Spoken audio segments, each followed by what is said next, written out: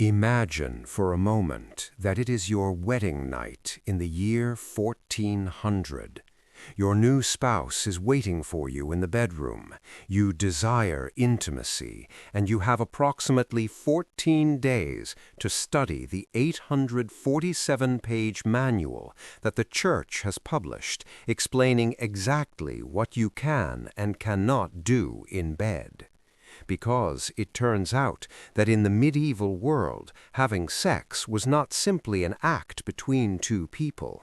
It was a religious procedure regulated more strictly than a papal ceremony, where every position, every moment, and every thought was catalogued as holy or sinful. Welcome to the world of medieval sex, where the Catholic Church had transformed the most intimate act of human experience into a legal code so complex that you needed a theologian to navigate a romantic night without accidentally condemning yourself to eternal hell. Today, we are going to explore one of the most fascinating and disturbing aspects of medieval life, the 5 sexual acts that the Church not only allowed but actively encouraged, and the 5 acts it considered so sinful that they could result in excommunication, torture, and death. A system of sexual regulation so detailed and controlling that marital sex felt like walking through a moral minefield where one wrong step could destroy your soul for eternity.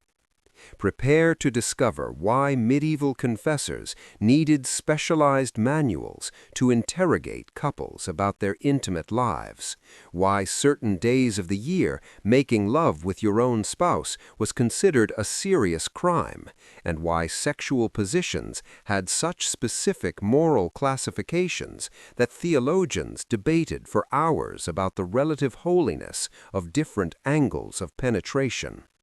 Because after this story, you will understand why medieval sexual repression did not merely control bodies, but shaped entire societies through the most elaborate form of intimate terror ever conceived by a religious institution.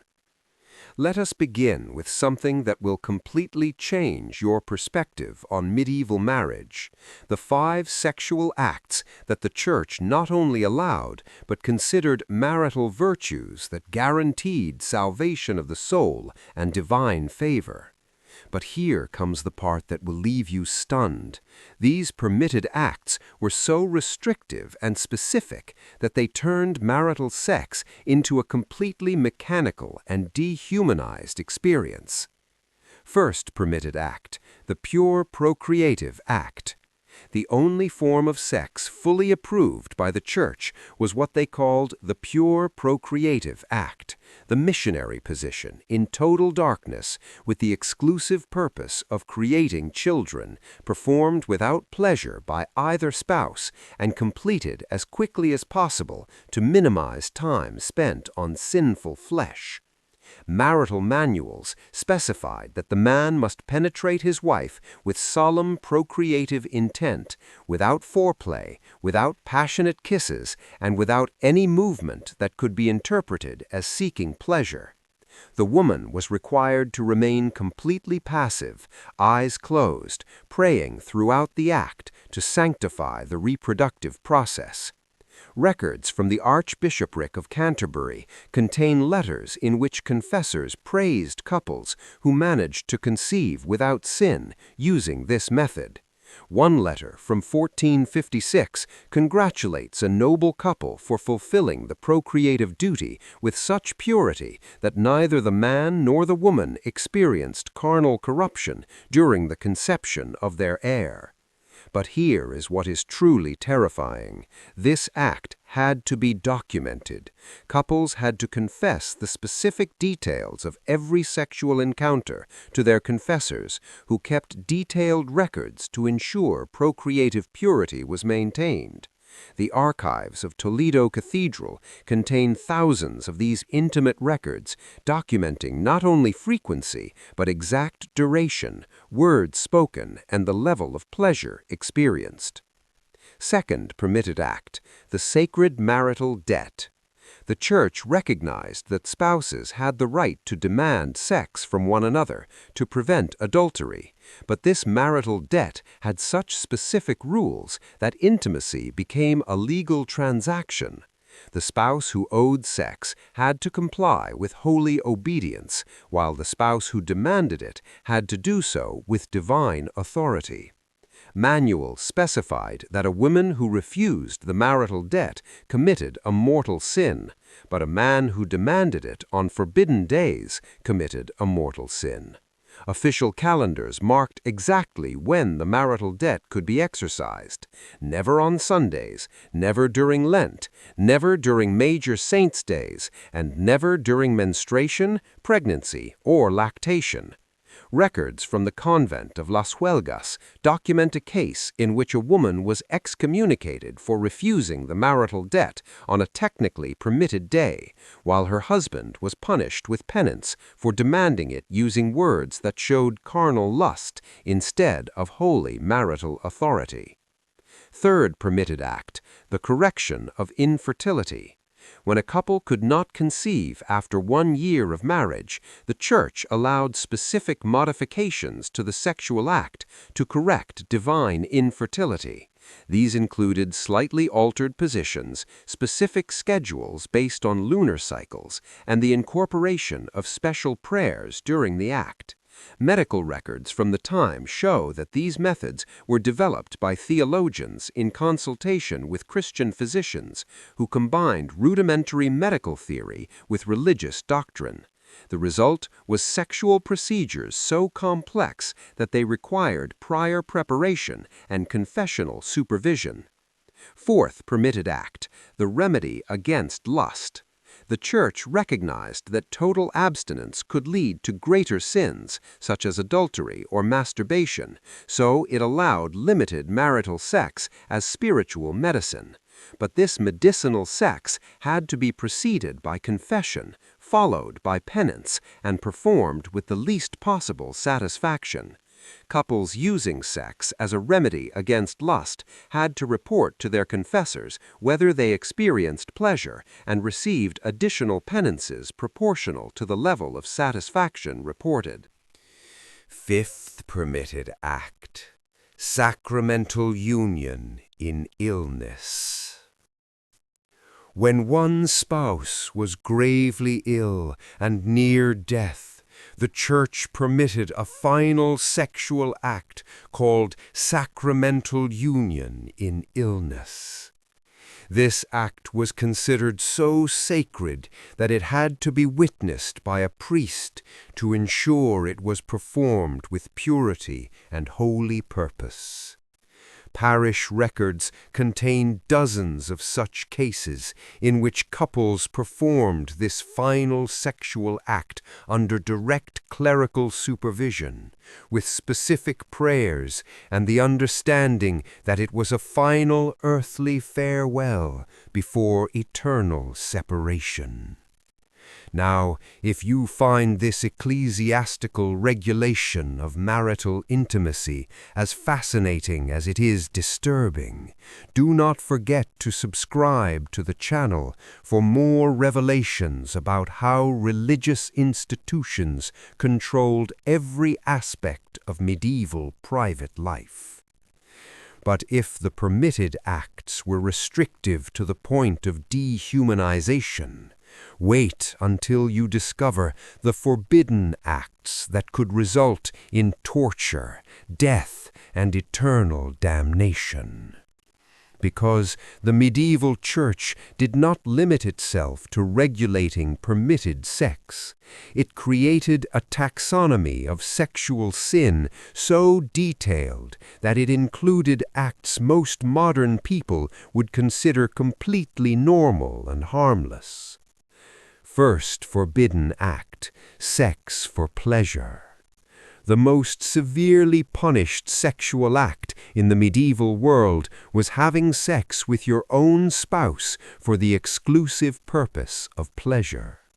This included any act that lasted longer than necessary for conception, any position that intensified sensation, any caress not strictly necessary for penetration, and any expression of enjoyment during the act.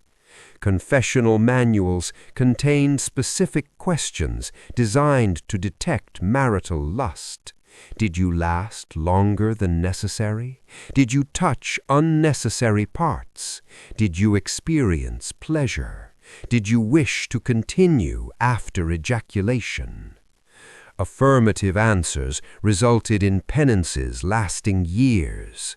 Records of the Spanish Inquisition document cases where married couples were tortured for confessing that they had sex for carnal love rather than procreative duty. In 1487, a couple in Seville was subjected to public torture because the husband confessed that he enjoyed being with his wife more than was appropriate for a devout Christian. The treatise Summa Confessorum specified that sex for pleasure was morally equivalent to adultery because it turned the marital bed into a brothel and profaned the sacrament of marriage. Second forbidden act, any position other than missionary. The Church had determined that only one sexual position was morally acceptable: man on top, woman below, face to face, without variation. Any other position was considered against nature and resulted in accusations of bestiality, sodomy, or demonic possession. In 1453, the Ecclesiastical Court of Paris documented the case of a couple sentenced to death for marital sodomy after confessing to positions involving rear penetration. They were publicly executed as a warning against sinful sexual innovation. Third forbidden act, oral sex of any kind. Any oral contact with genitals was considered one of the gravest possible sins, equivalent to blasphemy and heresy. Penances for oral sex were more severe than some forms of murder. In 1478, a woman in Toledo was burned alive for admitting she had placed her mouth on her husband's private parts during what she described as a moment of marital love. Fourth forbidden act, sex on forbidden days. Approximately 180 days a year were completely forbidden for sexual activity, even between married couples. Violations resulted in fasting, forced pilgrimages, separation, or even annulment. Confessors interrogated couples about exact dates, and parish records show widespread terror of accidental violations. Fifth forbidden act, masturbation, individual or mutual. Masturbation was considered worse than adultery because it wasted divine seed without procreative purpose. Penances were so severe that they often resulted in death by starvation during prolonged fasts, especially among young people. The system went even further. Confessors used manuals with hundreds of explicit questions. Neighbors were encouraged to report suspicious sounds. Servants were instructed to inspect beds. Innkeepers reported noises from guest rooms. Marital intimacy became a public act under constant surveillance. The psychological impact was devastating. Diaries describe marriages destroyed by sexual paranoia. A noblewoman wrote in 1467, "My husband and I lie down each night like terrified strangers, counting every movement, timing every moment, wondering whether what we feel is holy love or condemnable lust." This system was not about sex, it was about power. Total power over the most intimate aspects of human life. Control of sexuality became the foundation of all other social control, producing obedient populations conditioned by fear.